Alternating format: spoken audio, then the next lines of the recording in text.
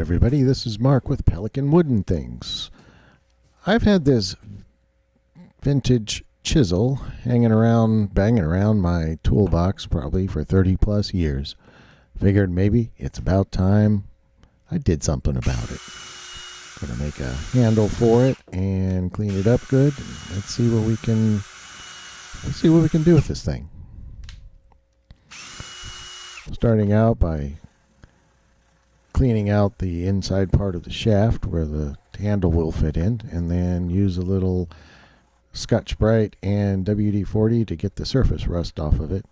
Now, when I started on this, I could not see any maker's marks, but as I cleaned it up, I did find a maker's mark eventually.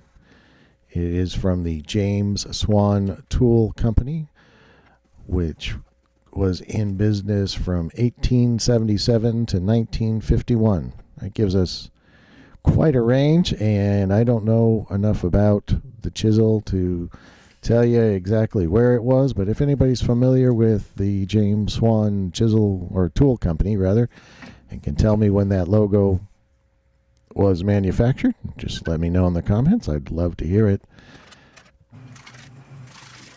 I'm using this piece of eucalyptus to create the handle. Had a bit of a punky center to it, and I was kind of worried it wouldn't work, but I got it in the end.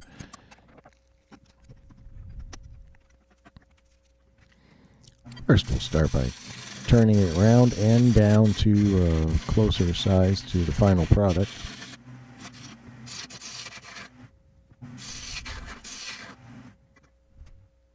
Also cleaning up the end a bit where I said it was a little cracked and punky. Hopefully that will give us enough meat in the center of it to make a nice chisel handle out of it.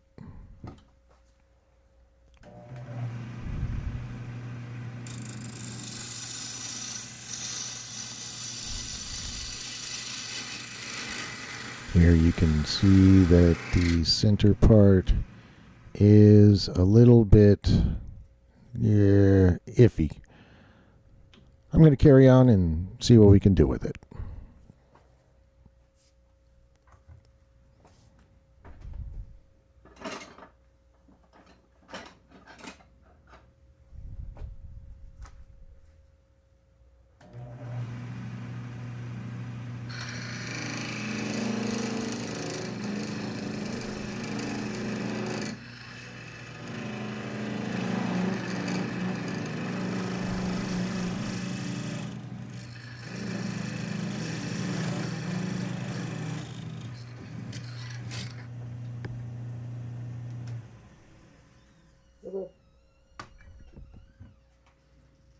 I just got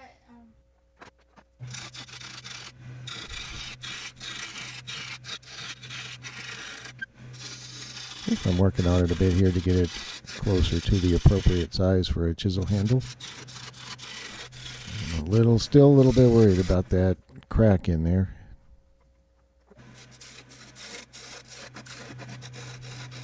And yep, it will cause me some problems, but it'll work out in the end.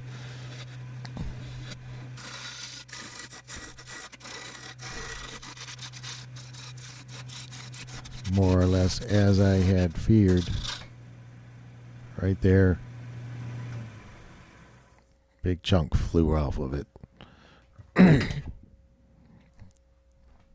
I got to make up my mind whether to carry on at this point, and comparing it to the size of the chisel, I think I might just have enough, so I'm going to carry on.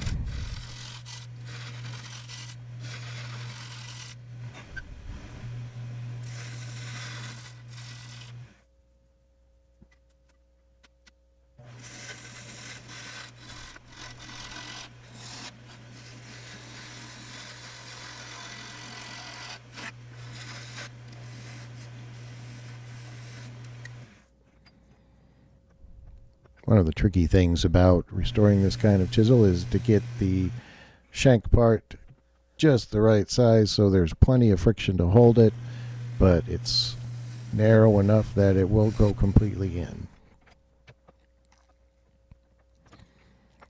It's a whole lot of test fitting trying to get it to just the right shape and size.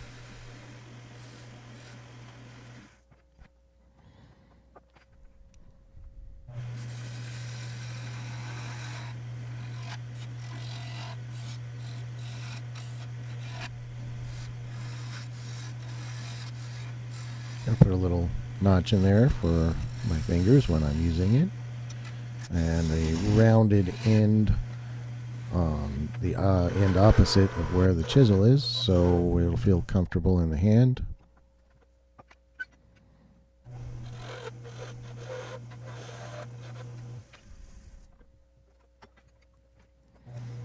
You notice a little dark spot on there, you just rotate the chisel on it and it will show you more or less itself where it's not quite fitting.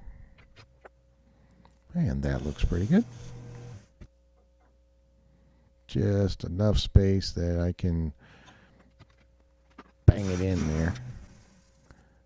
It still has a little bit of that broken off bit, but I wanted a flat surface on it anyway, so I took it over to my disc sander and made a flat surface on it, so it won't roll away when I'm using it, when I set it down.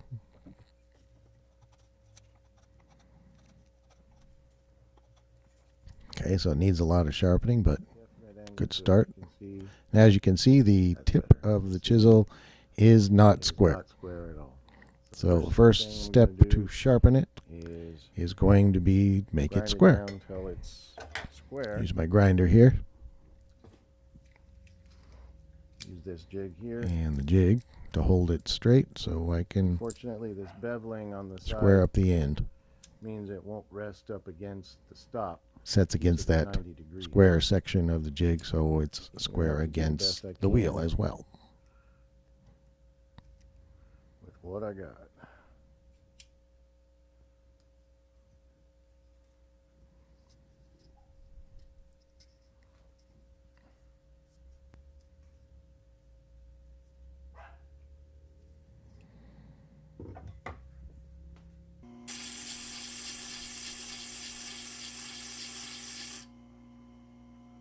Almost there.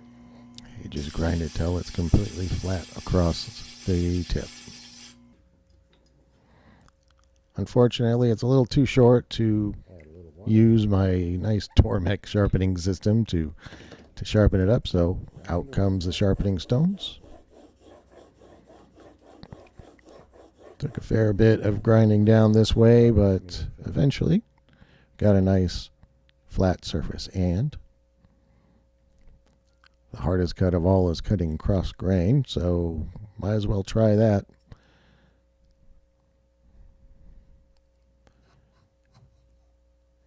And yeah, it's pretty sharp.